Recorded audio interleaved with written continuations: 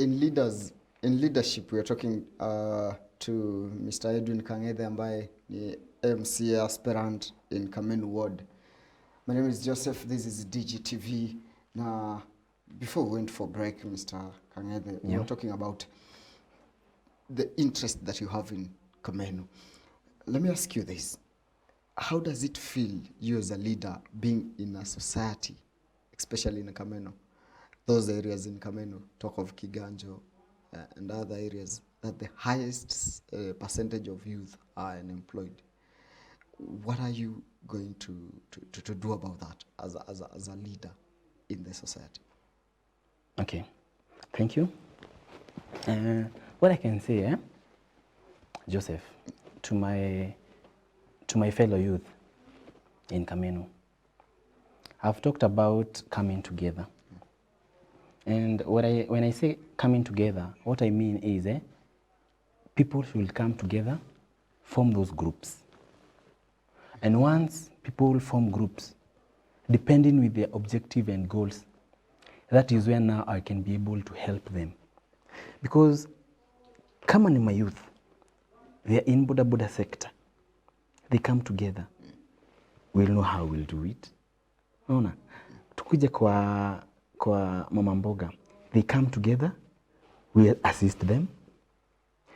We come to Mama Fua because in Makongeni kuna wale wa mama wanakuja wanatufulia nguo kwa estate TV, and when you talk to them and that they come together, I believe we can do great things. So what I'm trying to say is history and unemployment kwa vijana, we need to come together, sit down, work together, and when we work together, me I can assure my fellow youth, tutashikana na nyinyi, tutasaidiana, and the projects that tutakuwa nazo kwa hizo vikundi, those are the projects that they'll be able to get employment. For example, I can give you a practical example. If we meet with the boda guys, we come sit together, we form those chamas.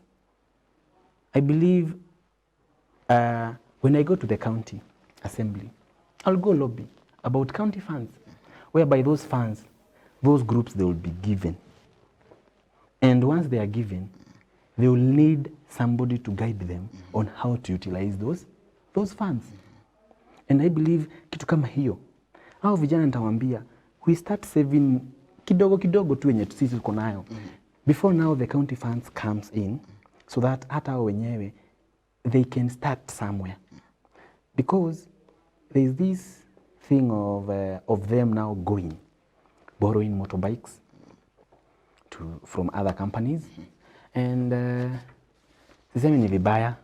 I'm just trying to say how we can be able to work together with them, because kama hauna pesa si utaenda tu huko, lakini if you have the right leadership to guide you as a young person, so that you can be able to fulfill and even to tap your potential fully, you need a leader who can be able to work with you and show you the right direction. So once we form those groups with those boda guys, when those funds come into their kitty, we can start having 10 motorbikes.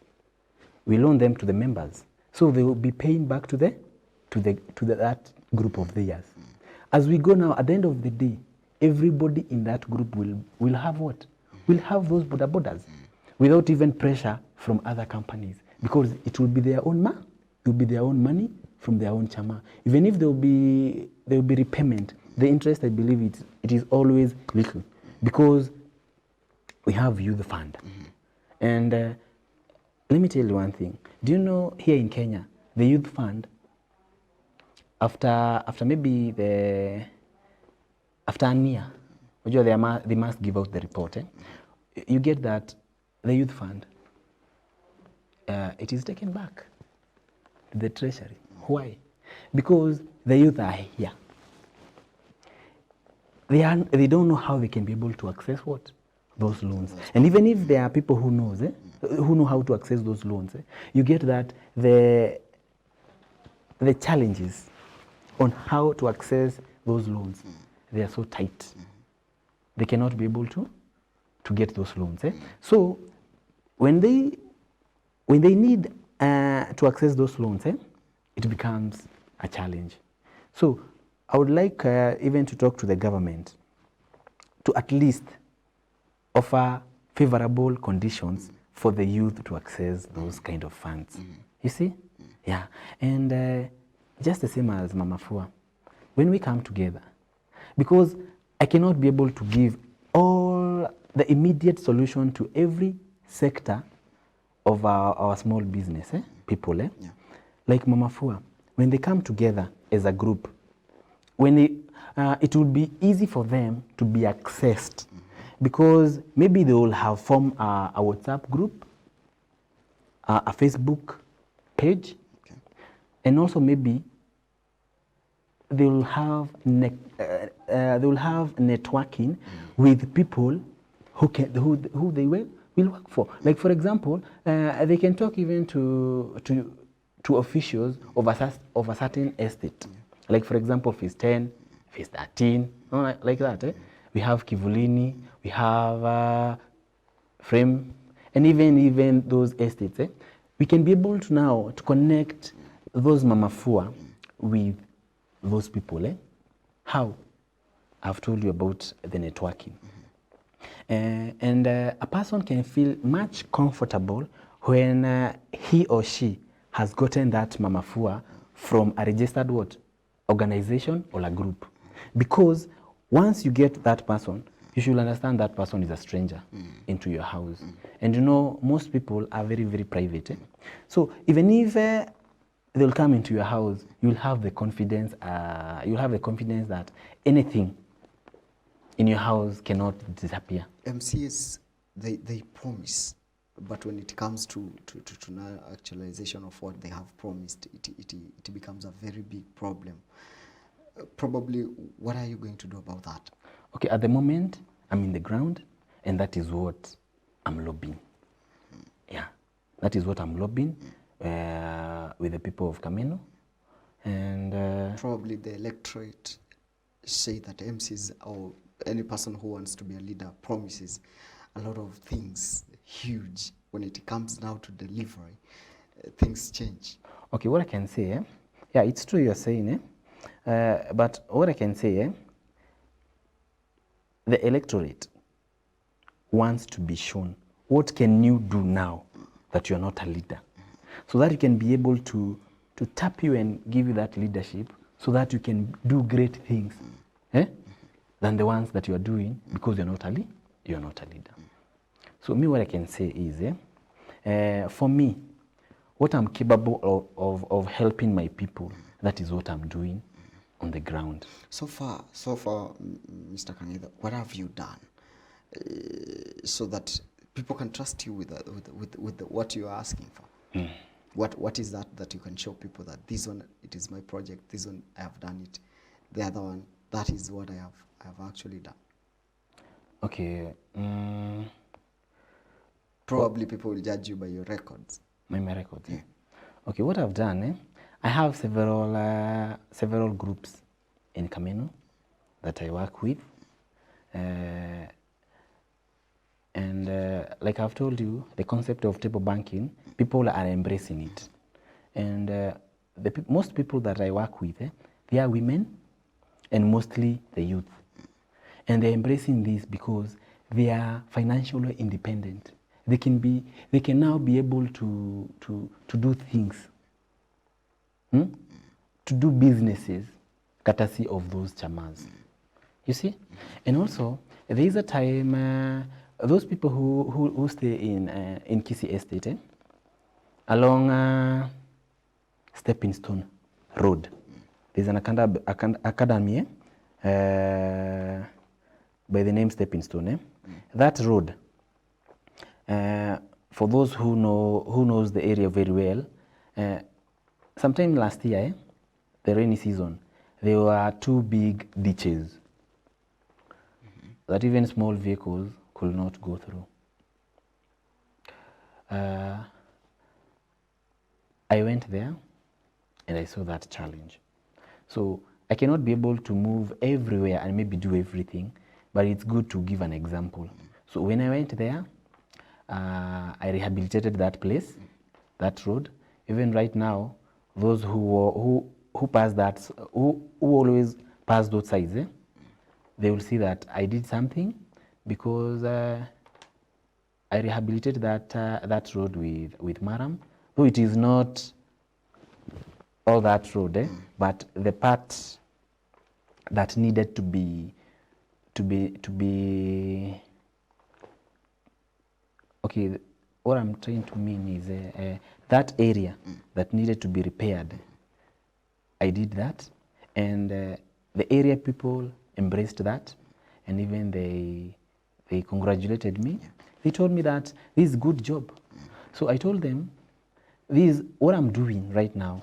It is not because I want to be a leader for my own sake. I want to be a servant. Yes, I'm a leader, yes. I don't want to be the boss. I want to be the servant of the people, whereby now I can sit down with people, talk to them, we discuss their problems and challenges, and how we can be able to solve them. Because once, like for example, if you come to me and tell me, Joseph, tell me, Mheshimiwa Breaker, I have this problem, how can we be able to tackle it or face it? We'll discuss it. Yeah. And at the end of the day, we'll know how to solve that issue. If it's an issue of the county, I'm there. I'll go legislate that. And the problems that you are facing, or maybe the challenge that you are facing, we'll be able to work it out together. And I believe that is what I'm supposed to do. Mahesh, by becoming an MCA of Kameno, the problem that people are facing in all the world, do you think being an MCA, you can solve the problems? Or probably, rather, you can choose to be a leader in a different sector and solve the problem that people are facing? Okay, what I can say, we cannot be able to solve all the problems of Kameno Ward maybe in 2 years or 3 years. It is not realistic. So this is something which will be gradual. Because right now, we have the road feeders. If you come from that area, you know they are all pathetic. They are not accessible.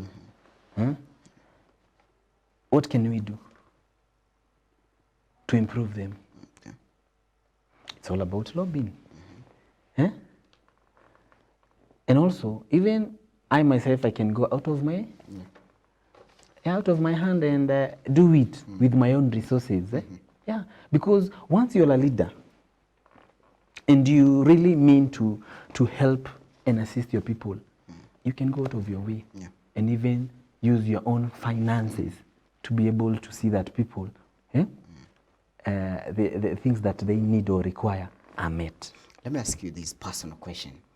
People talk and say that this is Kenya. Probably the system is corrupt. In your journey, or perhaps as a leader, have you given a kickback to be where you are? Okay, about corruption, like they say, this is Kenya. But I can say the era of corruption, if we work together, if we believe we can be able to work with like-minded leaders who don't advocate or maybe side with corruption, I know that corruption, it can do what? It can just disappear. But it is not an easy thing. It is not easy because, let me tell you, if you come to my office and you want bursaries, maybe for your kids, and then you tell me, Mheshimiwa, mimi nataka bursary, lakini the way nimeona mmedistribute your pesa, me I would want more. Me as a leader, you come bribe me. You come and bribe me. You tell me to increase your bursaries. For one, in God's eyes, what am I doing? Because if God chose me to lead the people of Kameno, and whatever things that I'm doing they are not pleasing God, it means that even I don't have favor with God. And leadership, I believe it comes from God. God must anoint you to lead the people, regardless of your background, your financial status, or even your education. I believe when God says you will lead those people, nobody will say no. So, about corruption, it's all about trying to educate the people. Tell them, let them know their rights. Let them know what they are supposed to do to get what, but not about bribing. No. And maybe, like for example, there is a project of maybe a school is being built somewhere. I oversight that, even if it's coming from even the member of parliament. I'll oversight that.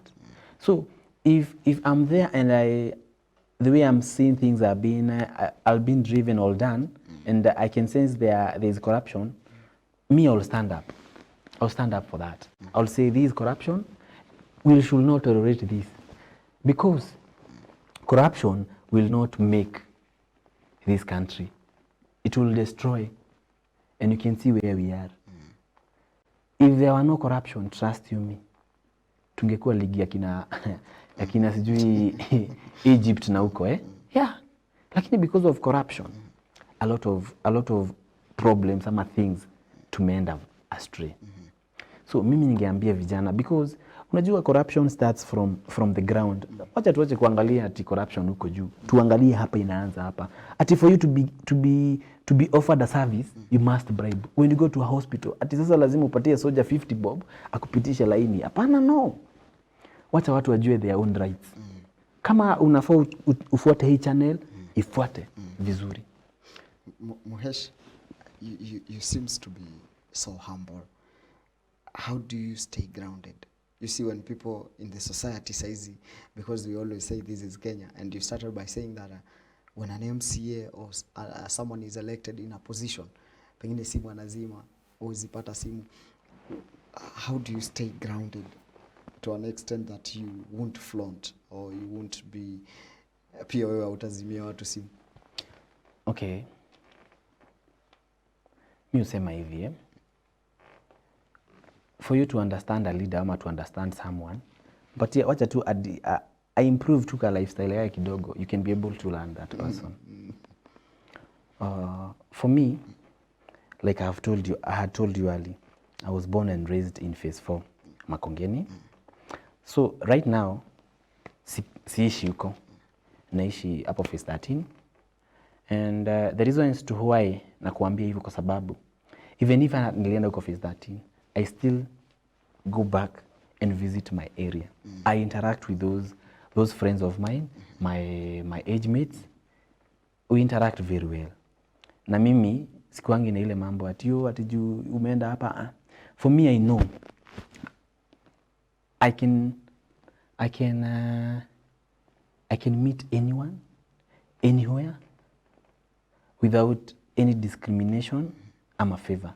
So for me, the way unaniona hivi, mimi naweza survive anywhere. Nikienda mahali na adjust vizuri, because wacha nikwambie, kuzaliwa na mashida inafanyanga mtu aweze kuadjust kwa vitu mingi. Mimi nikienda kwa masonko ni sawa, nikienda huku chini niko sawa.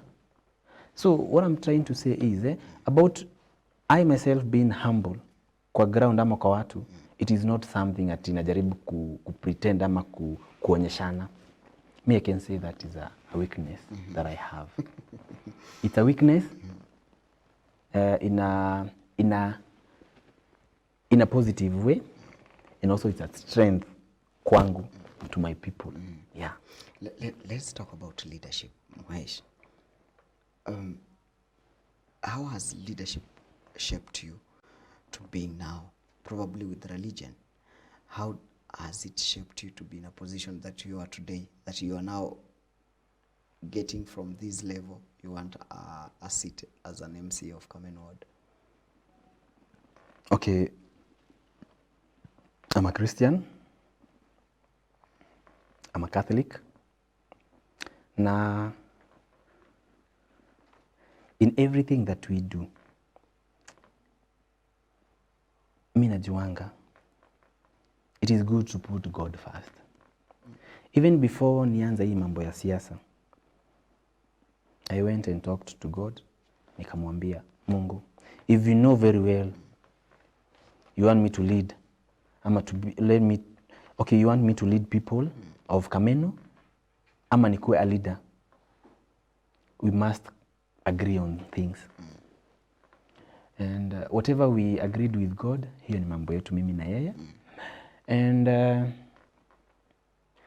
Mungu kama amekuonyesha kitu na amekuonyesha njia, anakupeanga favor. Right now nimetembea Kameno ward. And so far mimi naweza sema nimeona mkono wa Mungu. Because if I come and interact with your group, I don't know how, tutaongea na nyinyi to discuss maneno, we see how we can be able to work together. And kama niko na hiyo favor ya Mungu, trust you me, mambo inakuwa tu rahisi. Kwako sasa huyo ni kama ni ati haso kubwa, you just talk to people, ukiona hiyo ni favor ya Mungu, bas everything inaenda tu kama ina sell tu vizuri. So mimi naweza sema in everything that I do, I always put God first. Na Mungu ndiye anasaidianga mtu mpaka afike mahali anatafika. Na ndio maana nilikuwa nasema mahali kwingine nikaambia watu hivi, there's a group I met ya women pale Kisii inaitwa Women of Integrity. Nikawaambia vizuri sana, nikawaambia if God knows mimi I'll be the same leader kama watu wengine wenye tutaki, Mungu asinipatie hiyo leadership. Lakini ndani yangu juu mimi najua nataka kufanyia watu kazi, Mungu nipatie hiyo kipawa, unipatie uwezo, and I know very well how watu wa Kameno wata embrace my leadership skill.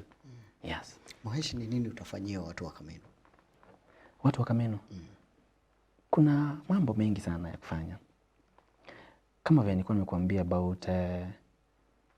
about the roads, hizo feeders, we need to rehabilitate them. Tukisaidiana na county government. Hizo barabara zilimwe, ziwekwe maram. And also pia, mimi sioni venye hatufai kuwekewa Makongeni barabara zikuwe za lami hizo feeders. Yes. Kwa sababu si hapa Starehe za lami. Mbona sisi Makongeni tusiwekewe lami? Yes. Those are the things that mimi nitaenda kulobi huko. Kitu ingine ni mambo ya ya insecurity, hiyo mambo ya lighting. Because now tutatoka kwa giza tuende kwa mwangaza.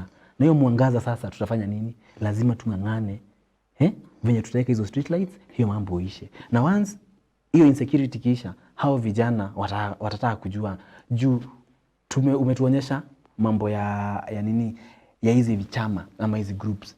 How can you guide us? Ndio pia sisi wenyewe tukue na tupate makazi zetu. Wenye hatu wako tukinyonga watu kwa streets. Yes.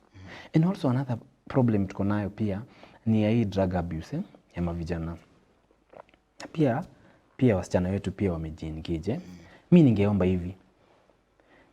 There are times mtu anajikutanga ameingia kwa hizo drugs. Na mimi unajaribu kujitoa unashindwa. Mimi ningeomba sana na ningeambia vijana wale wote wako Makongeni, kama wewe mwenyewe unajua ungetaka kutoka kwa hiyo bondage ya drugs, either alcoholism, hiyo mambo ya kuchonga, muguka, hiyo mambo ya kuvuta bangi, ama any other kind of drug abuse, mimi am there. Mimi tutasaidiana na nyinyi na tutoke kwa hiyo bondage. Kwa sababu hiyo ni kitu inasumbua sana vijana wetu. Na kijana anaingilia ama ana get into drugs because of frustration. Amesoma, ako na papers. Lakini sasa nashindwa, nilikuwa nasoma ya nini? Asubuhi nilikuwa naamka mapema naenda shule. Thinking as I continue learning and when I finish school, I'll get employment. Lakini employment hakuna. So these people wanafaa washikwe. Tukae chini na wao, tuonyeshane, tukishikana hivi kama a team. Juu kuna professional wengi sana. We have dancers, we have musicians, we have actors, unaona? Yani watu wako na vipawa mingi sana. So watu kama hawa mkishikana hivi na mform hizo vikundi, hata hawa watu kutapiwa kwenda places zingine, it is very easy. Unaona? And also pia wenye hawajijui vizuri, mnaweza shikana na wao na mkuwe na projects kama car wash. Unaona vitu kama hizo. Bado hizo stories za pikipiki. And mimi husemanga hivi, life is a journey. Mwenye akona baiskeli leo ya bodaboda, ata improve akuwe na nini? Na nduthi. Akitoka nduthi, si ataenda kwa tuktuk. Akienda kwa tuktuk, si aende kwa nini? Kwa taxi. Ama hata kwa matatu. So life, it's a journey. Na ukiona maisha yako hakuna mahali unaenda hivyo, kuna mahali kuna kashida. So hiyo mimi ningependa tuende na vijana ama watu wa Kameno tukisaidiana hivyo. Ndio kwa sababu wa mama zetu. Because mimi nimewambia mimi nimekuwa raised na a single mother. Na tuko na single mothers wengi wapi? Huko kwetu Kameno. Maybe wengine wamekosa kusikizana na mzee.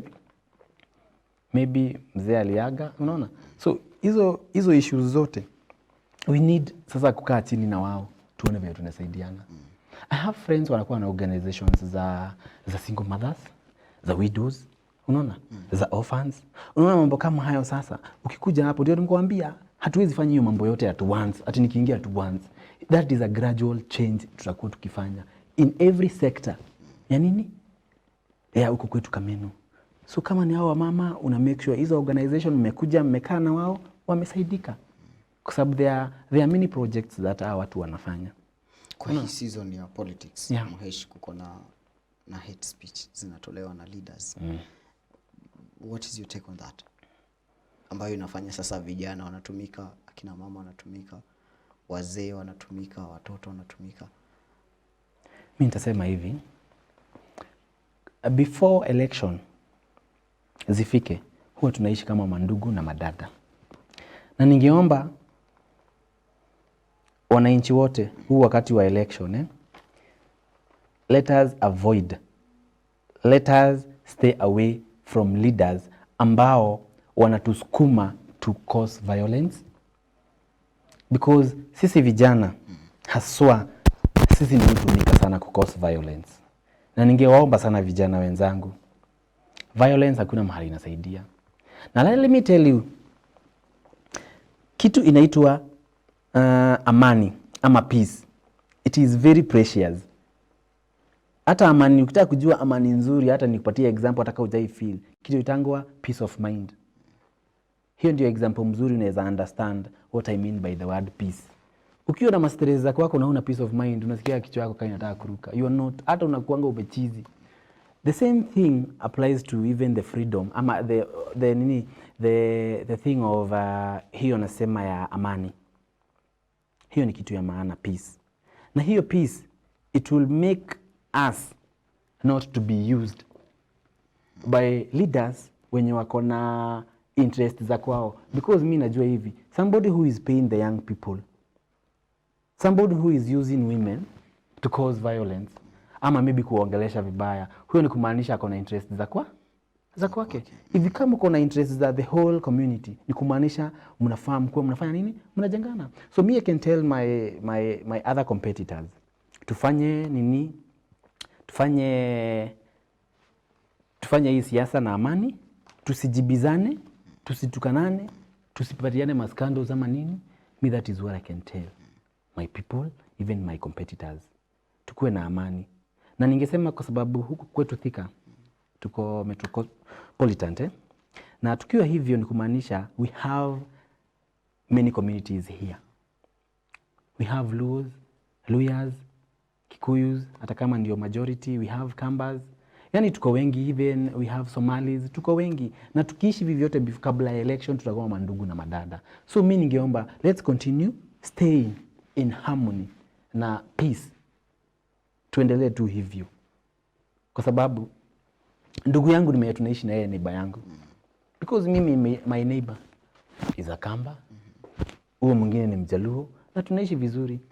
Because huyo ndio ndugu yako wa wapi? Wa huku. Unaweza kuwa na ndugu yako mlizaliwa na kina yeye, lakini your neighbor, that is your sister and that is your brother. So let us not have that notion of at the times of elections we turn against each other. Hapana. Hiyo hapana, hiyo tusikubali. Tusikubali kutumiwa na tuendelee kuwa wananchi wazalendo. IBC saizi wanafanya registration ya wapiga kura. Ungewaambia watu wako Kamenu namna gani? Okay. Najua wengi wao wenye hawaja register kama voters, wengi wao ni vijana. Juu ukiangalia back from 2017 the last time tulifanya elections, ni kumaanisha wenye walikuwa high school that time wengi wametoka. So ningeomba hivi young people, wacha tujitokeze, tuende tuchukue kura zetu, haswa uchukue kura yako Kamenu. Na Kamenu nitakwambia mahali utachukulia Kamenu, because we have 5 polling stations. The first polling station ni Kenyatta Primary, iko pale BAT. We have Kimosho Primary School, iko huko Kiganjo. Pale kona 2 na hapo chini. We have Kameno Primary, ambayo iko na pale phase 4 na pale chini karibu na mosque. We have Thika Barracks Primary School, yenye iko pale Kisii. Hapo mbele nikao unaenda kwa jeshi, kwa kampu ya jeshi. And the other one ni Mountain View Primary School, yenye uko Landless. So hizo polling stations huko ndio unafaa uende uregister kama a voter na tufanye kazi pamoja. This is your first time. Exercise exercise that duty as a citizen of Kenya. Because huwezi kuwa unasema ati hatufanyiwi hivi na wewe mwenyewe hautaki kutake hiyo action ya kufanya hivyo. So naweza himiza and requesting all people, even kuna watu pia even up to date sio youth ama maybe this is not the first time wamekuwa adults election ikifanywa. Pia ningekuomba hata wewe msi lose hope.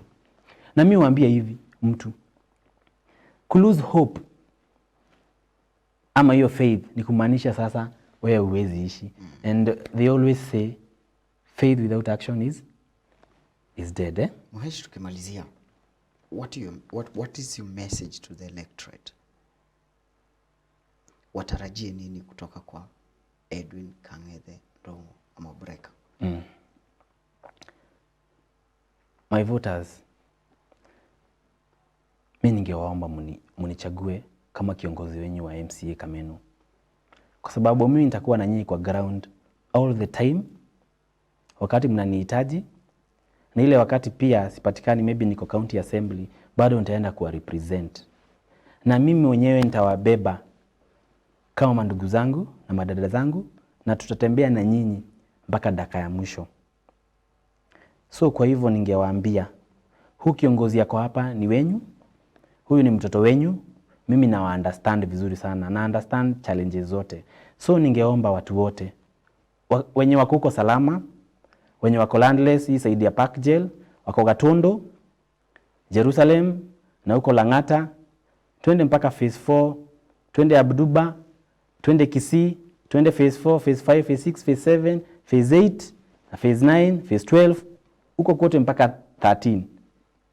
Turudi twende mpaka Kiganjo, twende na huko hivyo kwa Ngamia Estate, twende na huko kwa Masai, huko kote ningewaomba, nyinyi ni watu wangu, nataka mshikilie huyu kijana wenyu. Na nikikuja kwa ground, mtanisikia, mtasikia sera zangu zenye niko nazo, na natumai nyinyi wenyewe mtaona ile kazi nitafanya tu kidogo yenye ninaweza. Si ati niko na pesa nyingi, hapana, lakini ile uwezo niko nayo kidogo nitasaidia. Na Mungu naomba akuwe na nyinyi. Na Mungu awabariki sana, na tuendelee kushikiliana, na Kameno ni yetu na hakuna mtu anaweza kuja kuifanya ikuwe mzuri kama sio sisi wana Kameno. So we need a leader who understands Kameno very well. And that leader is me. Na mimi sitaki kuwa promise vitu nyingi. Hapana, mimi nitawaambia tutafanya kazi na nyinyi pamoja from the grassroots mpaka tuende huko juu, because hatujui the future Kenya ina hold. Mnaweza nichagua MCA, muone kazi yangu ni mzuri, si mtanipatia pia MP, na tukiendelea hivyo tuende mpaka juu. So what I can say, the future is bright for sisi watu wa Kameno, na Mungu awabariki sana. Edwin Kang'ethe, Mahesh, Tungependa tuendelee sana, lakini muda unatupa kisogo pia, na we will call you again and again, uje uzungumze na watu wa Kameno, waambie jinsi unavyofikiria kwamba utawasaidia, na tunakuishia all the best in whatever you will be doing. Shukran sana kwa kukaribia na kuzungumza na Electorate. Asante sana. Amekuwa MCA aspirant wa Kameno Ward, Edwin Kang'ethe Ndung'u. Hii imekuwa Leaders Front. Tunazungumza na viongozi kule mashinani, tujue kwamba watatufanyia nini. Kutoka kwangu sina la ziada. Naitwa Joseph Okiyo.